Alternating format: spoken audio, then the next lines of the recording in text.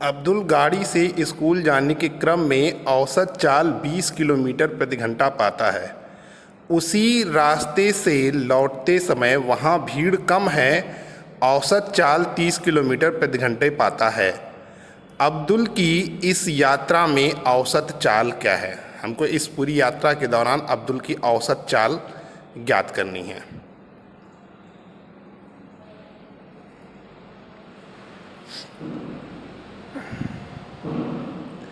तो मान लिया कि अब्दुल माना आरंभिक बिंदु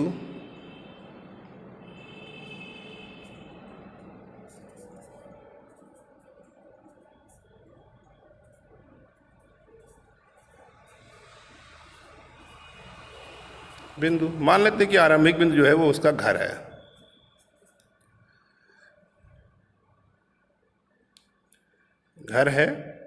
घर से स्कूल के बीच की दूरी बराबर x।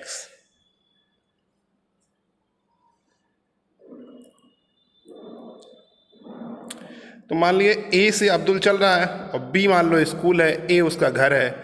यहां से यहां तक जाने में उसने x दूरी तय की। ठीक है। अब देखो क्वेश्चन में क्या कहना है, आरंभ बिंदु से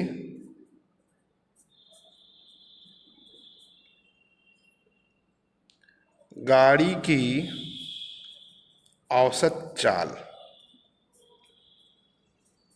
कितना दिया हुआ है क्वेश्चन में? 20 किलोमीटर पर आवर। औसत चाल कितनी दी है? 20 किलोमीटर पर आवर। ठीक है। अब हम क्या मानते हैं? ठीक है, तब स्कूल तक पहुंचने में लगा समय t1। मान लिया यहां से यहां तक जाने में t1 समय लग रहा, तो समय बराबर क्या होता है बेटा? दूरी बटे चाल। तो दूरी बटे चाल, तो t1 बराबर क्या हो जाएगा? दूरी कितनी बेटा यहां से यहां तक? x माना है हमने x किलोमीटर। ठीक है। चाल कितनी है? 20, तो x बटा 20 घंटा। यानी A से B तक जाने में उसको जो समय लग रहा है वो x बटा 20 घंटा का समय वो ले रहा है। अब कह रहा है स्कूल से आरंभिक बिंदु पर जब वो वापस आ रहा है तो रास्ते में भीड़ नहीं मिल रही है। जब भीड़ नहीं मिलेगी तो उसकी चाल बढ़ जाएगी। आप भी लोग जब स्कूल से घर से स्कूल जाते हो, अगर भीड़ नहीं मिलती तो साइकिल तेज चलाते हो, और भीड़ रहती है तो धीमे चलाते हो। तो जब भीड़ ज़्यादा रहती है तो स्पीड कम हो जाती है, और जब भीड़ कम रहती है तो स्पीड बढ़ जाती है, क्योंकि हमें जगह मिल जाती है स्पीड से भगाने के लिए। ठीक है। वैसे गाड़ी या साइकिल बहुत तेज नहीं चलानी चाहिए। ठीक। तो t1 इज इक्वल टू क्या हो गया? x बटा 20 घंटा। अब है स्कूल से आरंभिक बिंदु पर जब वापस आ रहा है तब उसकी औसत चाल क्या है? स्कूल से आरंभिक बिंदु पर औसत चाल। तो स्कूल से आरंभिक बिंदु तक आने में जो औसत चाल है उसकी वो है 30 किलोमीटर प्रति घंटा। वो 30 किलोमीटर प्रति घंटे की औसत चाल ले रहा है। ठीक है। तो स्कूल से वापस आने में लगा कुल समय। अब हम स्कूल से वापस आने में लगा कुल समय निकाल लेंगे। तो समय मान लिया t2 है, तो समय बराबर क्या है? दूरी बटे चाल। तो दूरी कितनी है? x, चाल क्या है? 30 घंटा, आवर लिख दिया। अब हम क्या निकालेंगे? कुल लगा समय। तो कुल लगा समय t बराबर क्या हो जाएगा, t1 प्लस t2। तो t बराबर t1 कितना था, x/20 प्लस x/30। इसका हम एलसीएम ले लेंगे तो 60 हो जाएगा। तो ये हो जाएगा 3x प्लस 2x यानी 5x/60। ठीक है, इसको और हम सिंप्लीफाई कर सकते हैं, 5 ये आ जाएगा x/12 घंटा। यानी उसको जो कुल समय लग रहा है वो x/12 घंटे का कुल समय वो ले रहा है अपनी यात्रा के, कुल यात्रा के दौरान आने और जाने में जो लगा समय होगा वही कुल समय कहलाएगा। तो आने और जाने में, ठीक है, कुल समय को हमने जोड़ दिया, जितना जाने में लगा और उतना आने में लगा, दोनों को जोड़ देंगे तो कुल समय आ जाएगा। अब जैसे आप कहीं जा रहे हो तो मान लो 2 घंटे में आप वहाँ पहुँचे, फिर 2 घंटे में वापस आए, ठीक है, तो दोनों को जोड़ दोगे यानी 4 घंटे लगे आने और जाने में। तो ये पहले t1 समय में x/20 घंटे गया, t2 समय में x/30 घंटे गया। तो कुल समय निकालने के लिए हमने क्या किया, दोनों को जोड़ दिया। तो दोनों को जोड़ने पे कुल समय कितना आ गया, x/12 घंटे।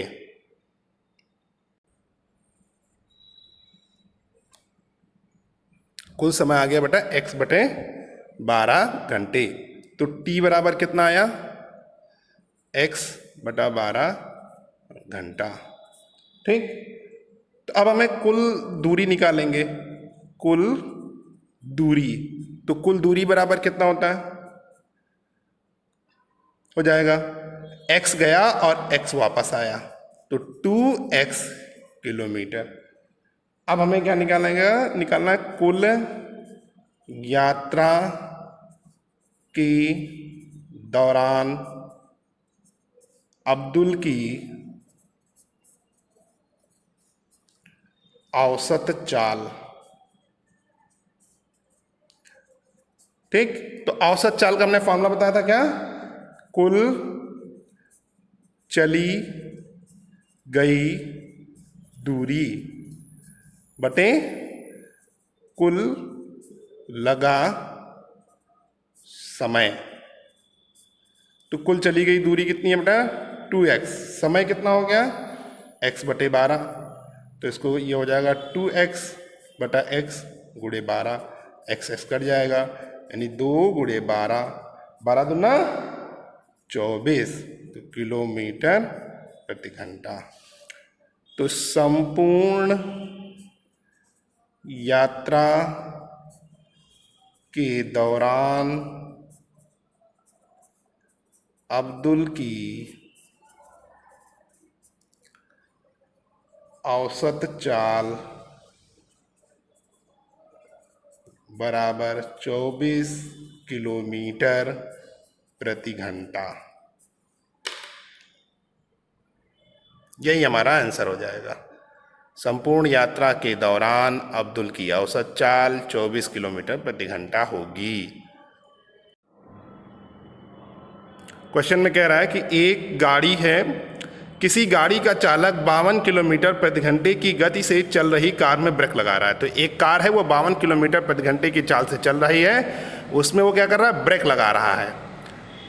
तो जब ब्रेक लगाता है तो वो कार विपरीत दिशा में एक समान दर से त्वरित हो रही है। इसका मतलब क्या हो गया कि उस पर विपरीत दिशा में एक त्वरण कार्य कर रहा है। जब विपरीत दिशा में त्वरण कार्य करेगा तो उसकी गति को धीमी करने का प्रयास करेगा। ठीक है, तो इसी प्रकार विपरीत दिशा में एक समान दर से त्वरण लग रहा है जो कार की गति को धीमी करते करते उसको विरामावस्था में ले आएगी। तो कार क्या हो रहा है, 5 सेकेंड में रुक जाती है। तो जब वो ब्रेक लगाता है तो कार 5 सेकेंड के बाद रुक जाती है। दूसरा चालक, ठीक है, एक दूसरा चालक है वो अपनी गाड़ी को 30 किलोमीटर प्रति घंटे की चाल से चला रहा है। दूसरा चालक 30 किलोमीटर प्रति घंटे की चाल से चलती हुई दूसरी कार पर धीमे से ब्रेक लगा रहा है। तो एक और चालक है वो अपनी कार, उसकी कार 30 किलोमीटर प्रति घंटे की रफ्तार से जा रही है और वो उस पर धीमे से ब्रेक लगा रहा है तथा 10 सेकेंड के बाद वो कार रुक जा रही है। तो ब्रेक लगाने के पश्चात हमें पता करना है कि कौन सी कार अधिक दूरी तय करेगी। मतलब हमें क्या पता करना है, कौन सी कार अधिक दूरी तय करेगी। हमें क्वेश्चन सॉल्व करना चाहिए, तो हम पहले पहली कार के लिए लगाएंगे। पहली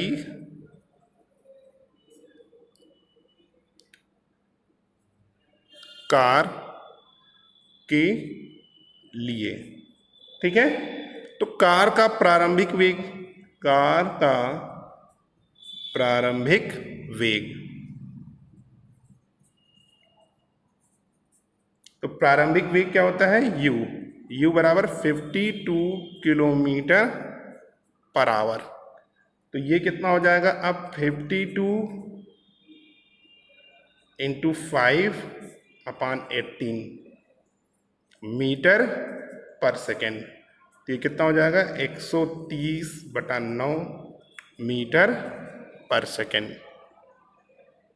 ठीक है, अब कार क्या हो रही है, विरामावस्था में, यानी ब्रेक लगाने के बाद वो कार रुक जा रही है। तो v बराबर क्या हो गया, 0। अंतिम वेग क्या हो गया, 0 हो गया, क्योंकि कार चलने के बाद विरामावस्था में आ जा रही है। तो अंतिम वेग 0 और t कितना है, 5 सेकेंड दिया हुआ है क्वेश्चन में। अब गति के प्रथम समीकरण से, गति के प्रथम समीकरण से v बराबर u प्लस AT। तो यहां से a बराबर क्या हो जाएगा, v minus you upon t। तो v माइनस यू, तो v हो जाएगा 0 माइनस यू कितना, 130/9 बटे t यानी 5।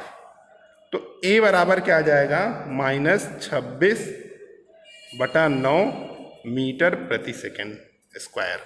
तो ये गाड़ी का त्वरण आ जाएगा, गति के प्रथम समीकरण से हम त्वरण निकाल लेंगे। अब हमें चली गई दूरी निकालनी, तो गति के द्वितीय समीकरण से, अब गति के द्वितीय समीकरण से हम क्या करेंगे, सॉल्व करेंगे इसको। तो गति का द्वितीय समीकरण क्या होता है, s बराबर ut plus half AT square. ठीक है, हमें दूरी निकालनी है, तो दूरी निकालने के लिए द्वितीय समीकरण का यूज करेंगे, क्योंकि हमें क्या दिया हुआ है, अंतिम वेग दिया हुआ है, प्रारंभिक वेग दिया हुआ है, त्वरण भी ज्ञात है और समय भी ज्ञात है। तो प्रारंभिक वेग, त्वरण और समय में रिलेशन कौन सा इक्वेशन बताती है, s बराबर ut plus half AT square. तो यहां से हम निकाल लेंगे, तो s इज इक्वल टू, ये हो गया 130/9 गुणे 5 धन हाफ गुणे -26/9 गुणे 5 का स्क्वायर। 5 3 15 15 15 5 3 15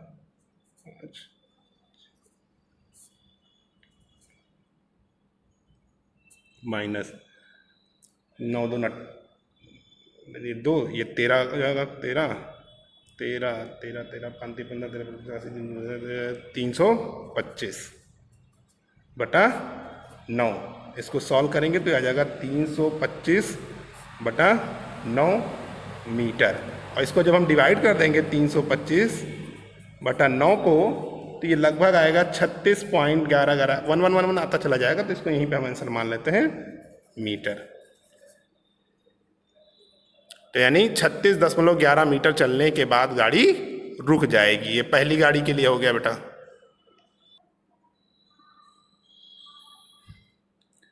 दूसरी गाड़ी के लिए, दूसरी कार के लिए, अब दूसरी कार के लिए निकालेंगे। ठीक है, तो कार का प्रारंभिक वेग,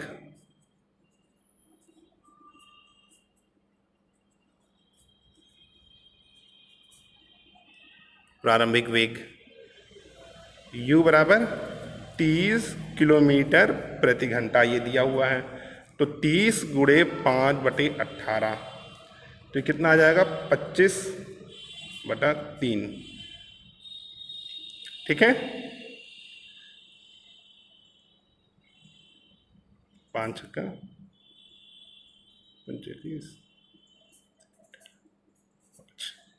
25 मीटर प्रति सेकेंड, ये आ गया। तो हमें कार की प्रारंभिक चाल पता चल गई। और ब्रेक लगाने के बाद कार रुक जा रही है, तो अंतिम वेग 0। और समय क्या है, t बराबर, क्वेश्चन में कितना दिया होता है, 10 सेकेंड के बाद रुक रही है, तो t बराबर 10 सेकेंड। ठीक है, अब हम फिर से निकालेंगे गति के प्रथम समीकरण से v बराबर u प्लस ए टी से, तो a बराबर क्या हो जाएगा v minus you upon T. ठीक है, प्रोसेस वही है। ठीक, 0 माइनस 25/3/10, तो ये आ जाएगा -5/6 मीटर प्रति सेकेंड स्क्वायर। देखो इसमें रिटॉर्डेशन हो रहा है, विपरीत दिशा में लग रहा है ना, तो ना इसीलिए ऋणात्मक आ रहा है। ठीक है, अब गति के द्वितीय समीकरण से